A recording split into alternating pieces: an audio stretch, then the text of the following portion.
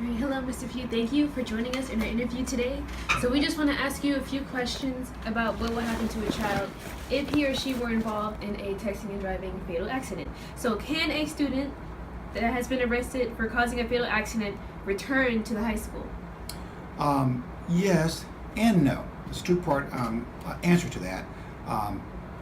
Yes, because if they are found guilty of something criminally, it could impact their educational program.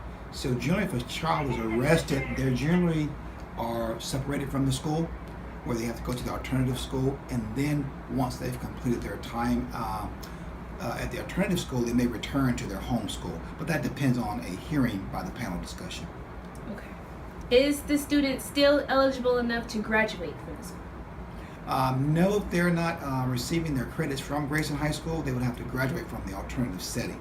So they probably would not graduate from here. It depends on the time and the length of separation from the school. So if they're separated from the school and it's after May, then they wouldn't graduate from Grayson High School. They'd have to graduate from the alternative setting, which is usually in the summertime sometimes. Okay. And then how can a student causing a distracted driving accident affect the school reputation?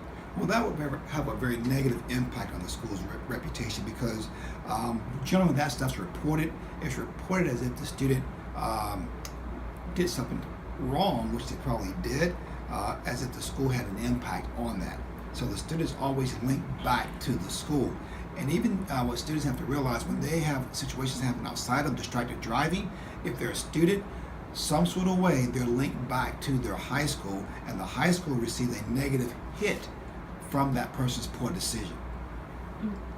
Okay, and then would being charged in a distracted driving or a drunk driving accident affect a student's scholarship opportunities? It could, in fact, affect a person's scholarship opportunity because colleges and universities look at your academic history, your discipline history, your attendance, but also your community involvement and things that you're doing outside of school. So that very well could impact a person's chances, and scholarships could be revoked, or they may not be offered because you've caused such a bad accident to happen.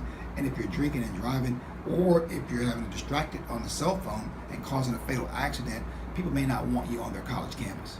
All right, that's all we have for today. Thank you so much. Yes, ma'am. Thank you very much. All right, Officer Severance, thank you so much for coming out of your way.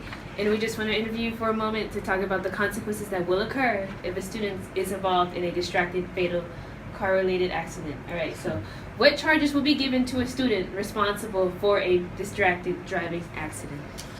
To answer your first question, Christina, most crashes involve some type of distraction. The biggest problem that we see on a daily basis is drivers manipulating their phones.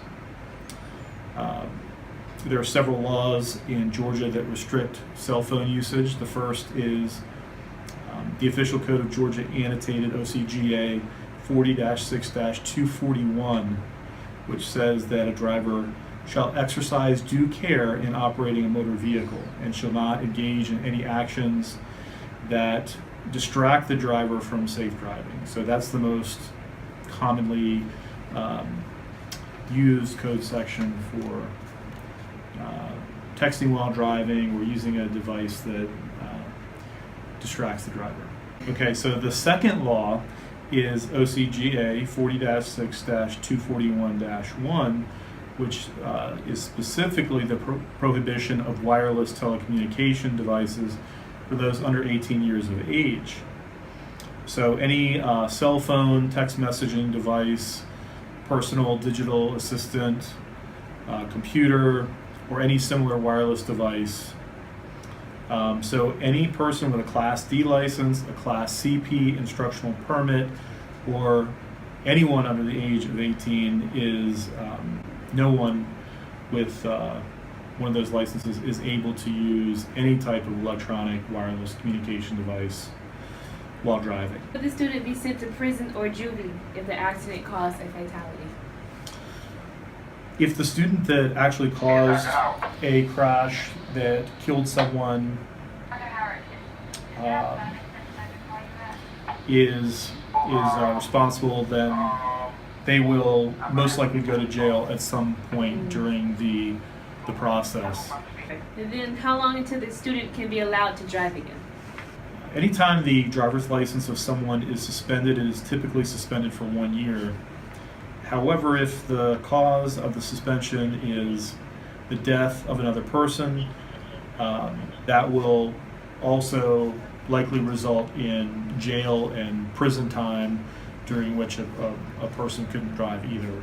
Also, the courts take into consideration the driving history of the defendant. So if the defendant has committed numerous traffic violations and then kills someone while driving in a vehicle in a traffic-related accident, the state of Georgia can actually deny giving that person a driver's license indefinitely.